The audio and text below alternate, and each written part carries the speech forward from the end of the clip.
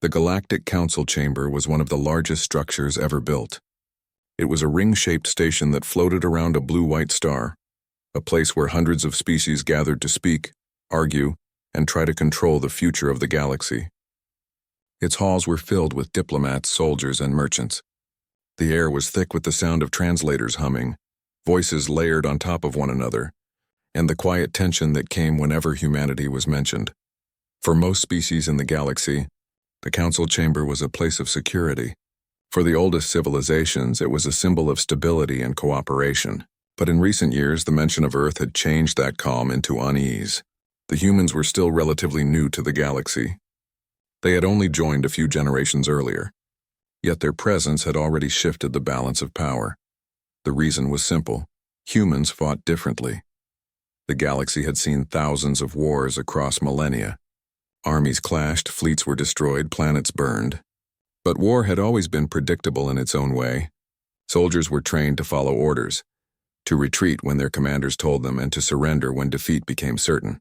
Entire empires had survived for centuries on the logic that wars followed rules, and those rules could be managed.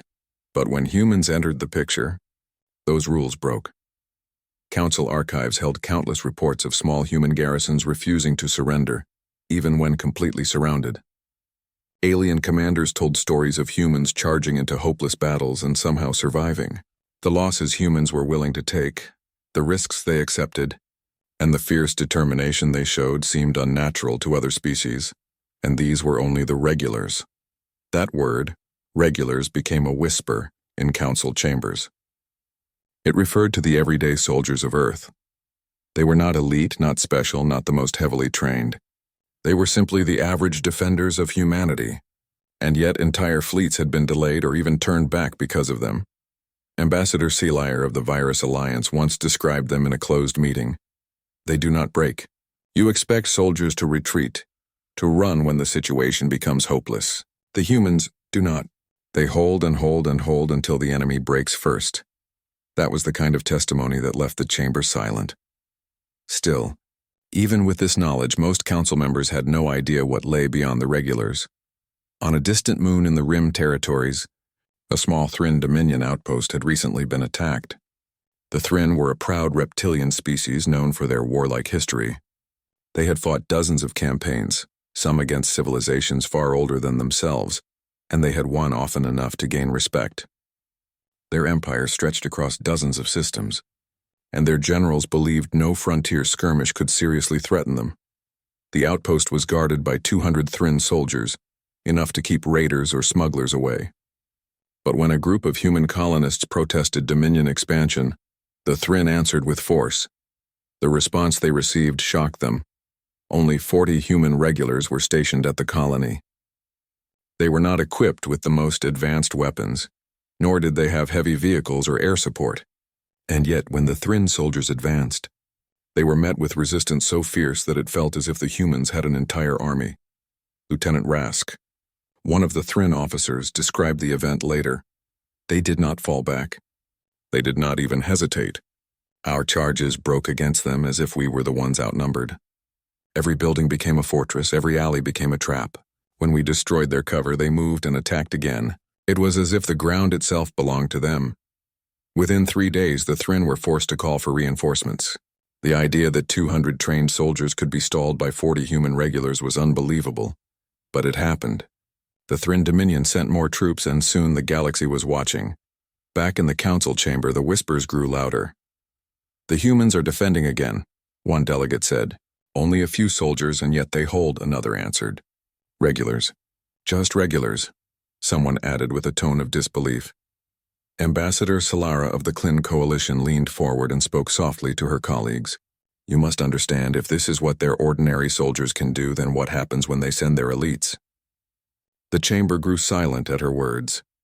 Most species in the galaxy had no direct knowledge of what humans called special forces. There were rumors, yes, stories of small units that could topple governments, of missions so precise and effective that they seemed impossible.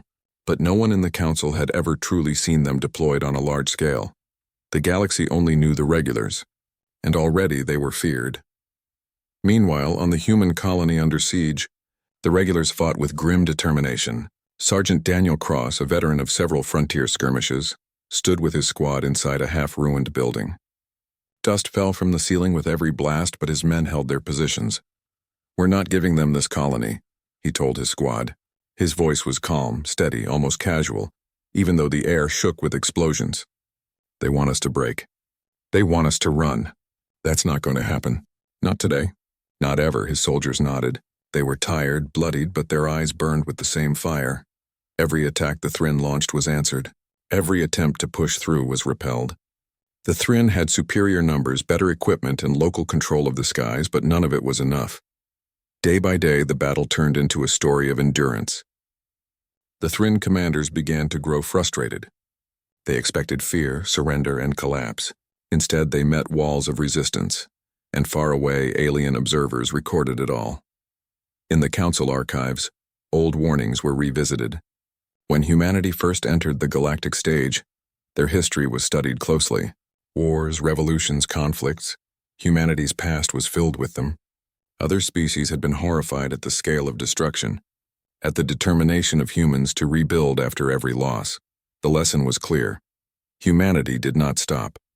Now, those same lessons were being repeated, Lev, for the whole galaxy to see. Ambassador Sellers summarized it in a single sentence that spread quickly among council members. "If the regulars are this terrifying, then the day we meet their special forces will be the day the galaxy learns fear." And so, Part 1 ends with a galaxy whispering in fear.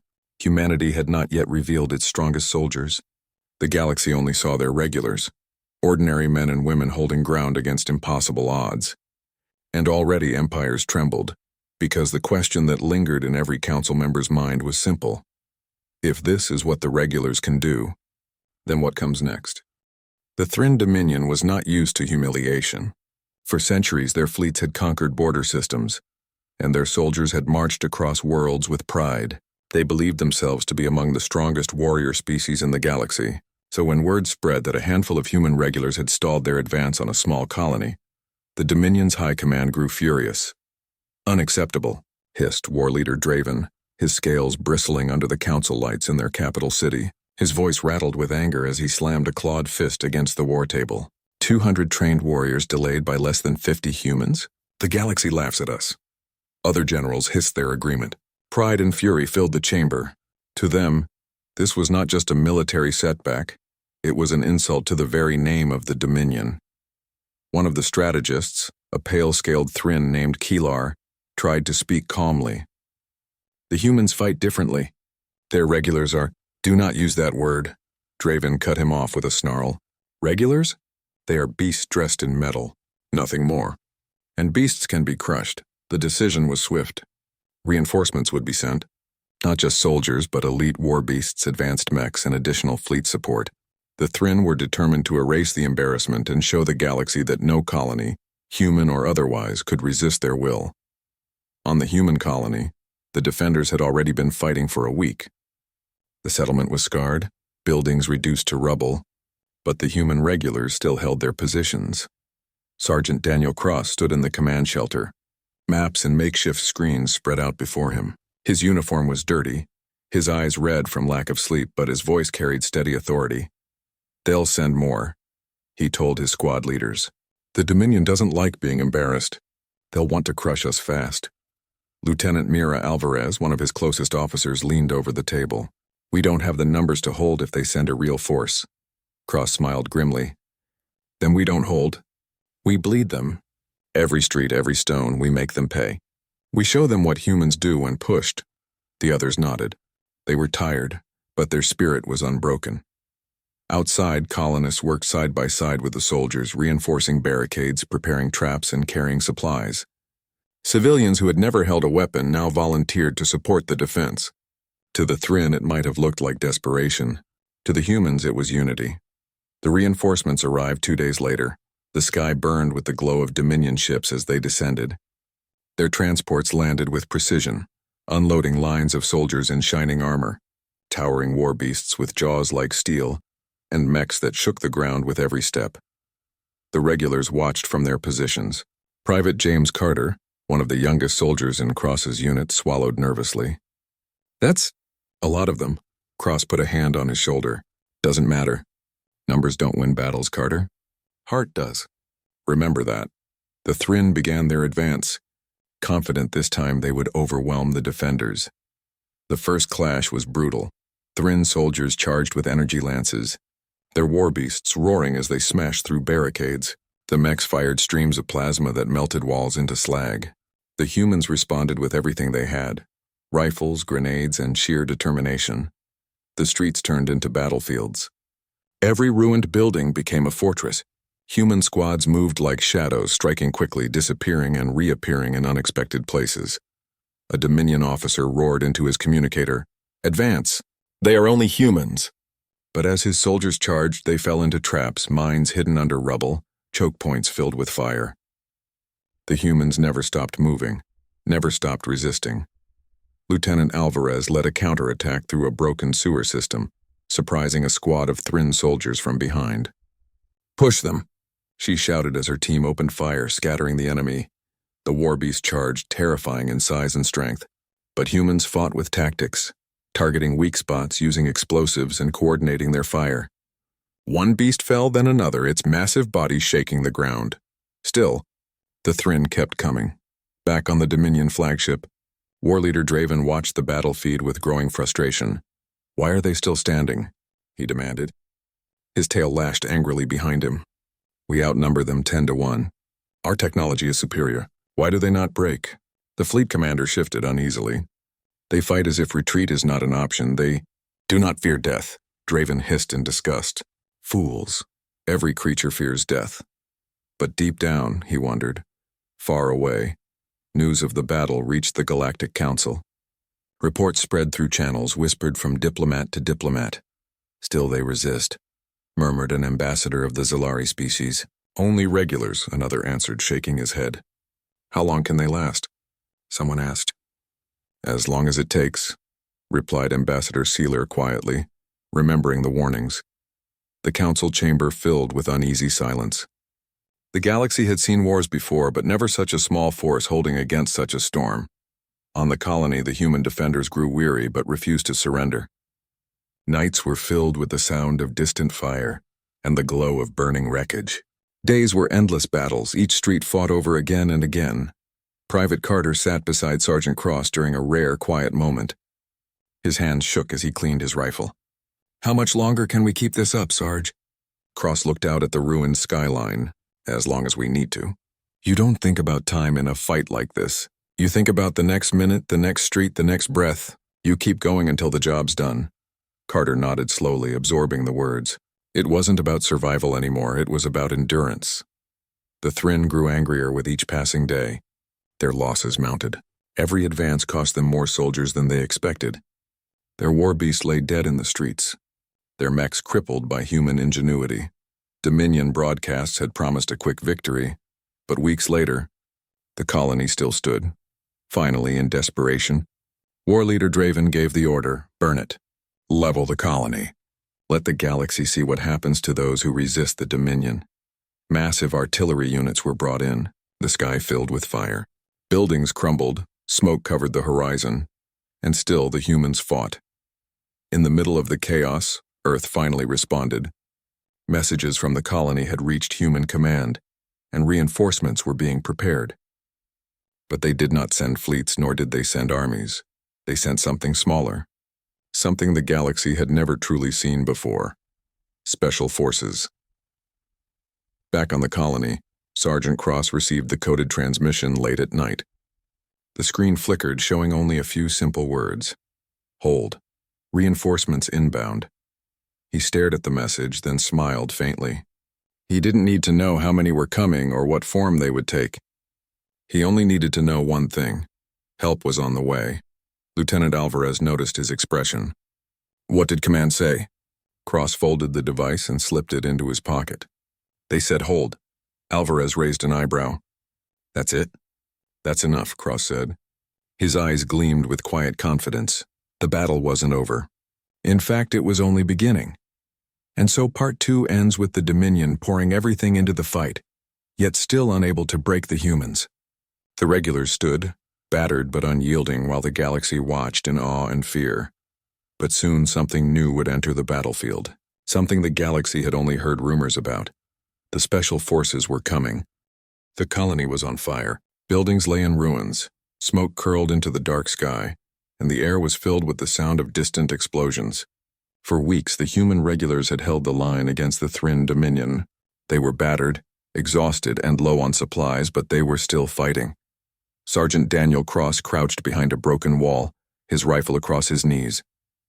The ground shook as another Dominion mech stomped past, its heavy weapon spitting plasma into nearby ruins. He glanced at Lieutenant Mira Alvarez, who crouched beside him, her face covered in dust. "They're not stopping," she muttered. "Every time we push them back, they send more." Cross nodded slowly. "That's the Thryn way. Keep throwing numbers until something breaks." "And what if we're the ones who break?"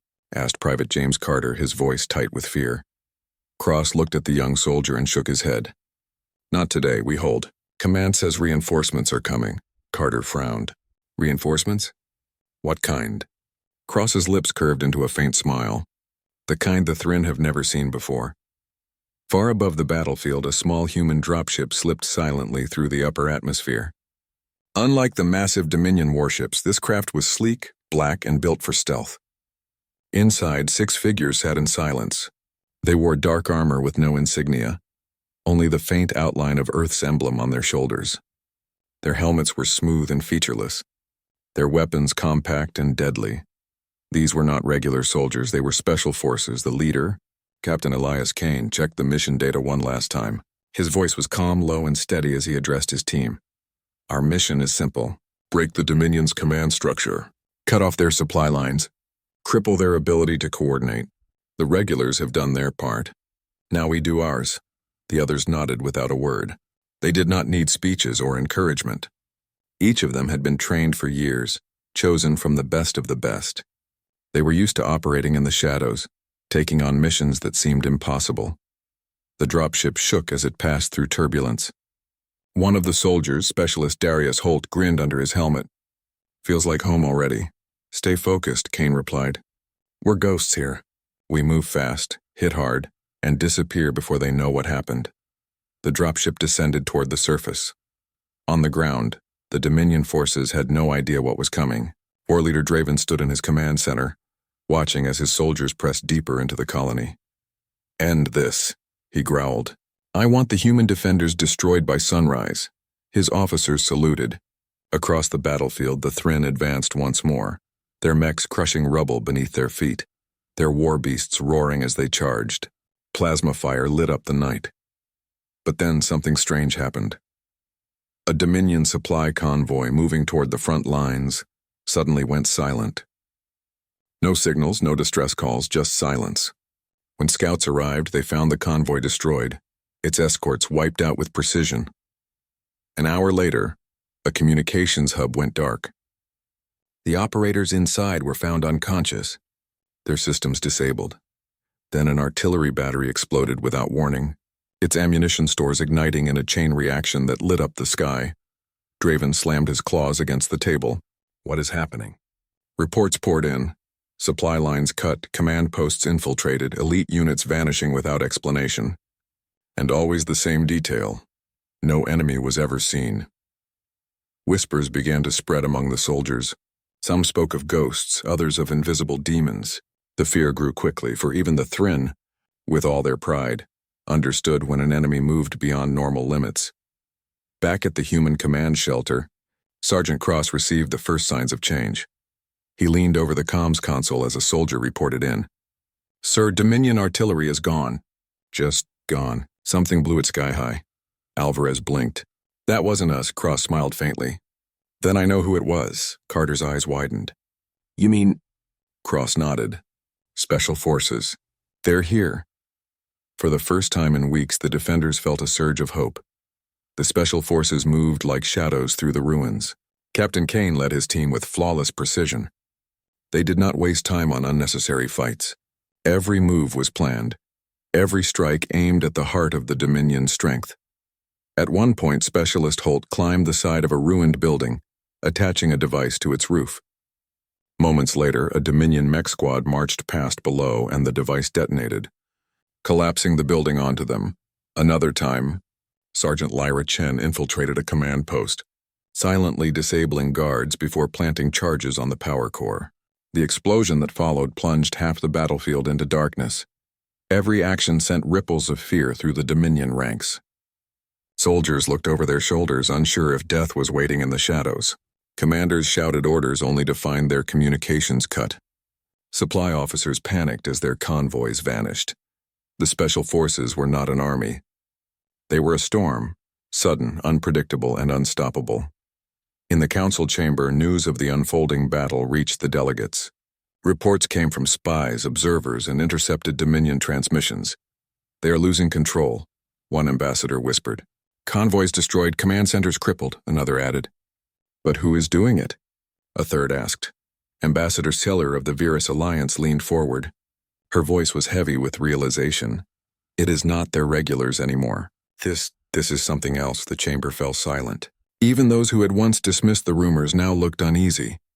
For years they had feared humanity's ordinary soldiers, but this was different. This was something darker, sharper, more precise. The word spread quickly. Special Forces. On the battlefield, panic began to spread through the Dominion troops. War Leader Draven roared at his officers, "Find them! Hunt them down! They are only a handful, find them." But his orders brought no relief. Units sent to track the Special Forces simply vanished, their signals cut off mid-transmission. The more the Dominion tried to react, the more chaos consumed their lines. Meanwhile, the human regulars, inspired by the sudden shift, launched counterattacks. They moved with renewed strength, driving the Dominion back street by street. Carter shouted as he fired from behind a barricade, "They're running!" "The Thrinn are actually running." Alvarez grinned fiercely. "Then keep pushing." Cross raised his rifle and advanced with his squad. For the first time in weeks, he felt the tide turning. Far above the planet, the Dominion flagship trembled as alarms blared. A sudden explosion rocked its hull, an external charge placed by the Special Forces before they vanished into space once more. Draven staggered, his scales paling with fear. This is impossible. They are only humans." But deep in his heart, he knew the truth. These were not just humans. These were the ones the galaxy was never meant to see. On the colony, dawn broke through the smoke. The battlefield was quiet at last. The Dominion forces had withdrawn, their advance shattered. The humans stood among the ruins, weary but victorious. Cross watched the sun rise over the broken skyline. Alvarez stood beside him, her expression one of disbelief. "They were here," she said softly. "Special Forces," Cross nodded. "And now the galaxy knows why they should never be unleashed." Carter looked at the horizon, his young face filled with awe. If this is what a few of them can do, what happens if Earth sends more? No one answered. The thought itself was enough to send a chill down their spines. In the Galactic Council, fear spread like wildfire. Every delegate understood the new reality. Humanity had only revealed a glimpse of its true power, and already an empire had been broken. The Council could only imagine what would happen if Earth ever fought with its full strength. And so, the whispers began again, stronger, sharper, and more fearful than before. The regulars were terrifying enough, but the Special Forces, they could break empires. The Galactic Council chamber was filled to capacity. Hundreds of delegates from every corner of the galaxy crowded into the great ring-shaped hall, their voices rising in a storm of argument. News of the Thrinn Dominion's defeat had spread, faster than light itself, carried by frightened whispers and intercepted transmissions. An empire that was once feared had been broken, not by fleets, not by armies, but by a handful of humans. The hall buzzed with fear. Some delegates demanded answers, others shouted for action, and still others simply sat in stunned silence. "This cannot be allowed to continue," cried Ambassador Relin of the Zorthan Union, his forearms waving angrily. "If humanity can unleash such destructive force with only a handful of operatives, then what hope do the rest of us have if they ever turn their power against us?" Ambassador Solara of the Klin Coalition leaned forward, her voice calm but sharp. "You misunderstand. Humanity has not turned its power on us, that is the point. They could have destroyed the Dominion completely, yet they stopped short. That should terrify you more than anything." The chamber fell silent for a moment at her words. She was right. The Special Forces had crippled the Dominion's army. shattered its morale and forced a retreat. But they had not annihilated the Empire. They had simply made a point and then disappeared. It was restraint, and restraint, in the hands of such a species, was more frightening than outright conquest. On Earth, the victory was celebrated quietly. Human governments did not boast of their special forces. No grand speeches were made, no victory parades held. To humanity, the operation was simply another mission, another defense of their colonies. But to the rest of the galaxy, it was a revelation. Ambassador Keller of the Virus Alliance had watched humans carefully since their arrival in the Council. She now found herself replaying the reports again and again, each time more unsettled. 40 regular soldiers had held against hundreds. 6 Special Forces operatives had dismantled an entire Dominion campaign, and humanity had considered it routine. Celia confided to her aide one evening, "They frighten me not because of what they do, but because of how little they think of it. To them, this was not a great victory. It was only a small matter. That means they are capable of far worse, and they do not even speak of it." Her aide shivered. In the Dominion capital, war leader Draven raged in shame. His forces had been humiliated, his reputation scarred. For a proud warrior species, nothing was worse than public defeat. They cannot be allowed to win so easily. He shouted to his generals, "We will rebuild, we will strike again." But his advisors looked grim. They had seen the terror in their soldiers' eyes, the way entire divisions had collapsed at the mere whisper of human ghosts. Morale had been broken in a way that could not be repaired quickly. One general spoke carefully. "War leader, perhaps it is unwise to provoke them again. Humanity fights beyond logic. Even their regulars defy reason. And their special forces, they make war into something we cannot understand." Draven roared in anger, but in his heart he knew the truth. His empire had been scarred. Worse, the galaxy had seen it. Back in the council chamber, debates turned bitter. Some delegates argued for restrictions on human military expansion. Others wanted sanctions. A few, braver or perhaps more foolish, suggested a coalition to limit Earth's power before it grew further. But the majority knew such ideas were impossible. Ambassador Solara voiced the thought most feared but rarely spoken. "If the humans' regular soldiers can terrify us and their special forces can shatter empires, then what will they unleash if pushed to the edge? Do you really wish to find out?" The chamber fell silent. No one wished to answer. Meanwhile, on the human colony that had been saved, the people slowly rebuilt. The regulars helped clear rubble, set up shelters, and distribute supplies. To them, the battle was over, and life had to continue. Sergeant Cross stood with Lieutenant Alvarez, watching colonists raise a new flag over the damaged town center. "They'll tell stories about this," Alvarez said softly. Cross nodded. "Maybe, but I hope they also remember the cost. Too many didn't make it." Private Carter approached, still wide-eyed from everything he had seen. "Sarge, do you think the galaxy's scared of us now?" Cross gave a tired smile. "They should be. But that's not our problem. Our job is to protect, not to scare." But deep inside, he knew the truth. The galaxy would never look at humans the same way again. Far above, the special forces had already vanished. They left no traces, no lingering presence. Their mission was complete. Captain Elias Kane submitted only a short report to command. Objective achieved. Dominion retreat confirmed. Casualties, none. Recommend increased surveillance on Council reaction. That was all. To them, it was simply another operation. To the galaxy, it was a nightmare made real. As weeks passed, fear spread deeper. Merchant guilds whispered about avoiding human trade routes, lest they anger Earth. Border states quietly requested human advisors, hoping to secure their protection. Even powerful empires thought twice before planning new wars, remembering what had happened to the Thryn. The balance of power had shifted. Humanity had not conquered a world, yet they had reshaped the galaxy with a single mission. In the Council, a final secret meeting was called. Only the oldest and most powerful civilizations attended. The Yathar, a species that had lived for millennia, spoke first. "We have always believed no young race could threaten the balance.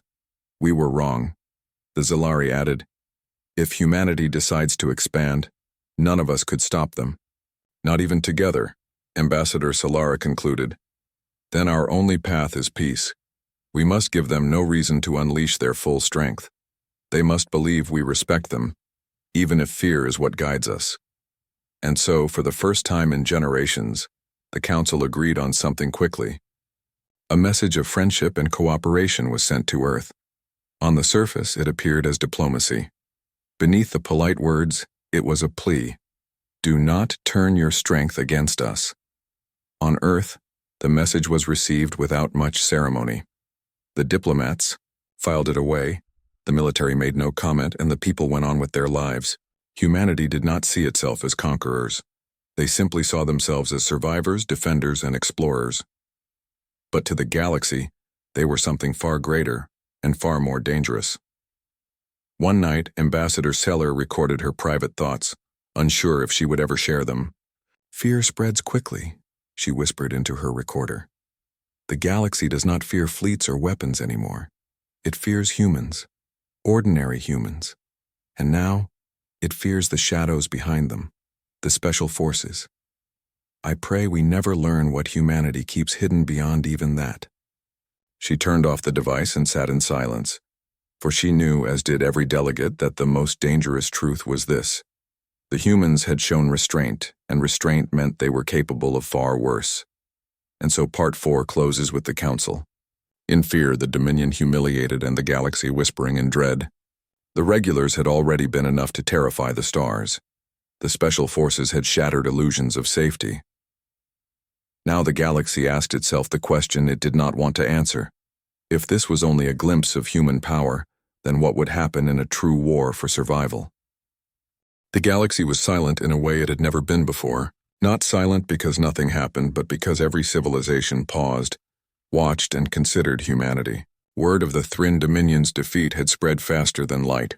Entire sectors whispered in fear. Merchants rerouted their ships and empires reconsidered plans for expansion. The humans themselves remained calm. On Earth, no celebration erupted for the actions of the special forces. Governments did not issue warnings. Fleets did not gather in fleets of intimidation, and no proclamations were made. To humans, it had been a mission, a duty accomplished. But to the rest of the galaxy, it was a revelation. On the frontier colony, Sergeant Daniel Cross walked through the streets, now quiet with the Dominion gone. Lieutenant Mira Alvarez followed, scanning the horizon. The sun rose over rubble and smoke, casting an orange glow across the destroyed buildings. Civilians worked silently, rebuilding shelters, gathering supplies, and tending to the wounded. Cross stopped to watch a child lift a tattered flag over the central square. He nodded to Alvarez. "They'll remember this. Not the destruction, but that we stood." Alvarez shook her head. "They'll remember more than that. The galaxy is watching us now. Everyone knows what humans can do." Cross smiled faintly, though there was a heaviness in his eyes. "Let them watch. We didn't start a war. We just defended ourselves. That's all." Carter, the young private, approached, still wide-eyed from the battle. "Sarge, do you think the galaxy's scared of us now?" Cross gave a firm nod.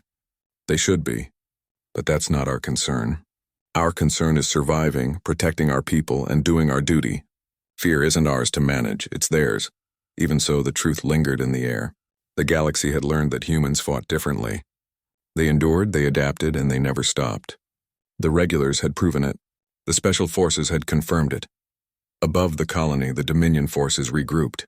War leader Draven paced furiously on the bridge of his flagship, scales glistening with frustration. "Impossible," he growled. 6 human operatives, 6, have crippled half our fleet and shattered morale. How can such a small number do this? One general dared to speak. "They are not ordinary soldiers, war leader. The humans fight as if rules do not exist. Even their elites operate in ways that defy comprehension." "We cannot predict their next move," Draven hissed, his anger mixing with fear. "Then we must retreat and rebuild. But the galaxy will remember this shame. We must plan, and we must hope they do not come for us next." The generals looked uneasy. They had seen firsthand the skill and precision of human special forces. They had been trained for centuries in tactics, strategies, and war, yet nothing had prepared them for this. Far across the galaxy, the Council convened again, this time in an emergency session. The delegates spoke with hushed voices, each word weighed with fear and uncertainty. Ambassador Solara of the Klin Coalition opened the meeting. We have watched a young species, humans, defeat an empire not by brute force alone, but by skill, strategy, and precision. Entire fleets have been immobilized. Entire armies have fallen in confusion. And they have done this with restraint. The room went silent. Restraint. The concept was terrifying to the galaxy. The humans had the power to destroy empires completely, and yet they had chosen not to. Ambassador Relin of the Zorthan Union spoke next, his tone strained. If this is restraint, what could they do if they were forced?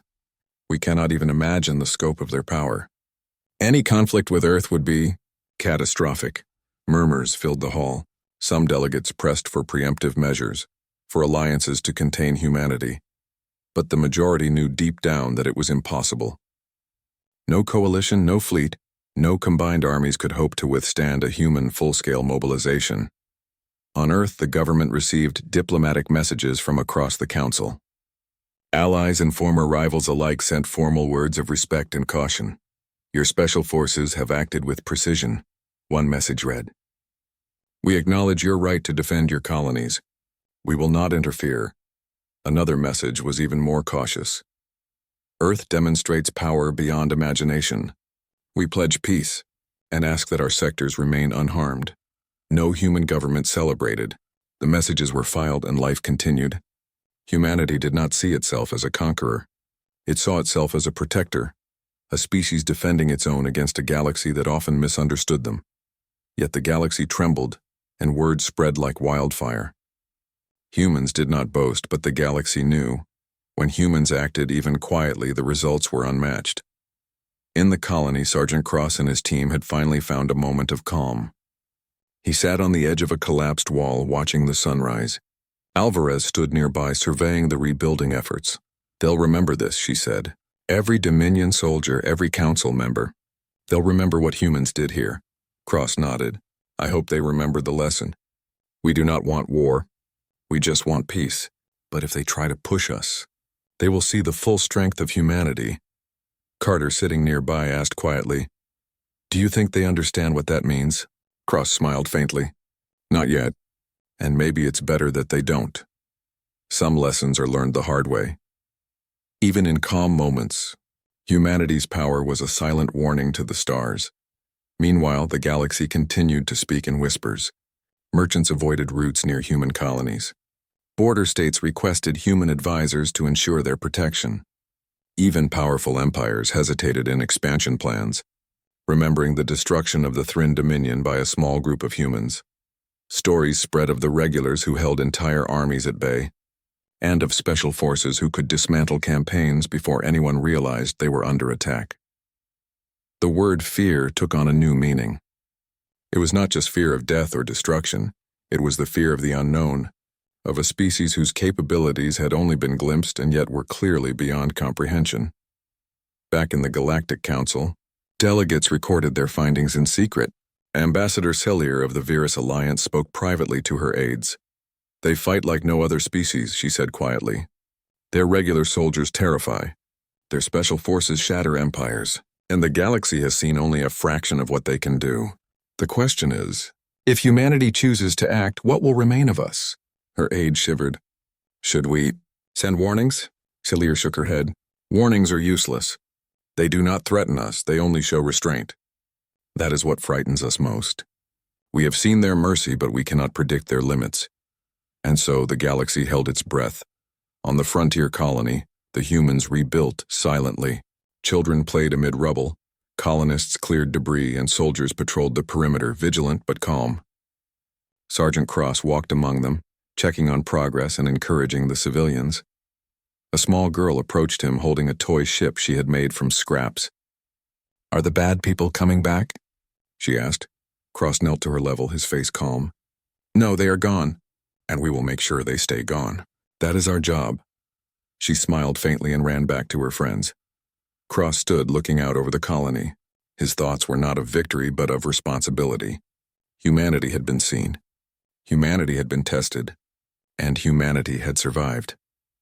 High above, the Special Forces returned to their own training grounds, silent and uncelebrated. They had completed their mission. No speeches, no medals, no fanfare. Just another day of duty, another mission completed. Captain Elias Kane reported to Earth Command with simple words. Mission complete. Colony secured. Threat neutralized. Recommend continued observation of Dominion response. To them, it was routine. To the galaxy, it was a warning. Humans act with precision, speed, and restraint, but they are capable of far more. Weeks passed. The galaxy continued to whisper. Every empire, coalition, and independent sector knew the same truth. Humanity was unlike any species they had faced. Ordinary soldiers could resist entire armies. Special forces could dismantle campaigns in days, and Earth showed no desire for war. Only defense. Only survival. The fear, however, remained. It was a quiet, deep fear, the fear of a species that did not need to prove its strength to be terrifying. On Earth, leaders met quietly. Diplomatic channels were opened, but no threats were issued. No weapons parades were held. Humanity did not boast of its power, and that silence, that calm restraint, spoke louder than any weapon ever could. Across the galaxy, empires paused, merchants hesitated, and the Council recorded every detail. Every civilization asked itself the same question. If humans can do this in restraint, then what would happen if they fought for survival? And so the galaxy held its breath, for it had glimpsed the edge of human potential, and that edge was enough to make even the proudest empires think twice. Humanity returned to quiet vigilance, watching, protecting, and waiting. The galaxy had learned its place, not through conquest but through action, restraint, and the power of a species unwilling to back down. The regulars had impressed. The Special Forces had warned, and the universe would never forget.